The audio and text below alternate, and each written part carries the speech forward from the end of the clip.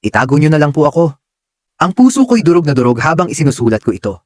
May 4 na buwang gulang pa lamang ang anak ko, at ngayon, natuklasan ko na inabuso siya ng sarili kong kapatid, kadugo ko. Simula pa nung mga anak ako, pilit na nangungulit ang nakababata kong kapatid na bumisita sa bahay. Hindi ko siya pinayagang makalapit sa anak ko noon, pero nitong nakaraan lang, pumayag na rin ako dahil akala ko naman walang masamang mangyayari. Nasa garahe ako noon, abala sa pagkwenta ng sales records na pinapasa ng mga staff ko. Medyo malayo ang garahe mula sa mismong bahay. Bigla akong kinabahan nang marinig kong umiiyak ng malakas ang anak ko.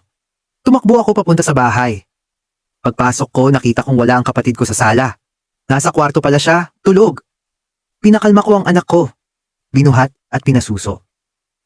Maya-maya, tumigil na rin siya sa pag-iyak.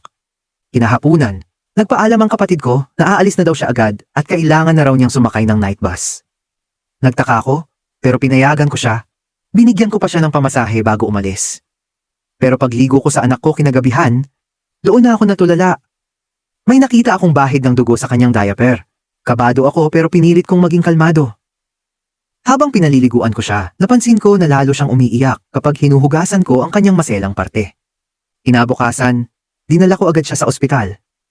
Hindi ko makakalimutan ang sinabi ng doktor, "Inabuso ang anak mo." Parang gumuho ang mundo ko. Hindi ako makapaniwala. Pumunta pa ako sa 2 pang ospital para makasigurado. At pareho rin ang findings. May pang-aabuso nga. Hindi lang basta pang-aabuso. May panghahalay gamit ang ari at daliri. Hindi ko alam kung paano ko napigilang hindi sumabog sa galit. Ang kapatid ko mismo, ang tanging taong pinaghihinalaan ko. Siya lang ang nandito. Siya lang ang may pagkakataon.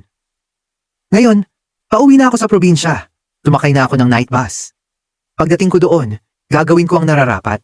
Hindi ko palalampasin ang ginawa niya. Hindi ko alam kung paano tatanggapin ng nanay ko ang lahat ng ito.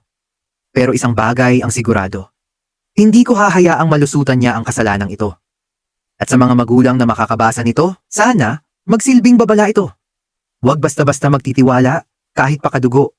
Ang anak natin ang ating pinakamahalagang kayamanan. Protektahan natin sila.